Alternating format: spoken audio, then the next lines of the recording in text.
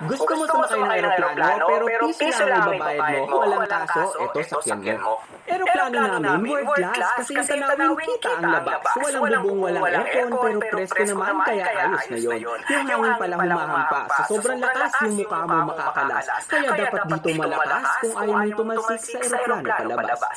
May seatbelt naman, huwag mag-alala, basta laging isuot, walang problema. O manatiling nakaupo, bawal tumayo, huwag matigas ang ulo kung ayaw mong sa langit dumiretso.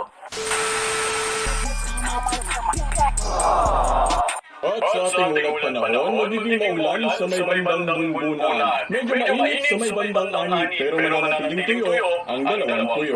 Ang sarap na piya. Toothbrush ang kailangan, ako tama ka ng nilapitan. Piso lang ang kailangan, marami kang pagpipilian.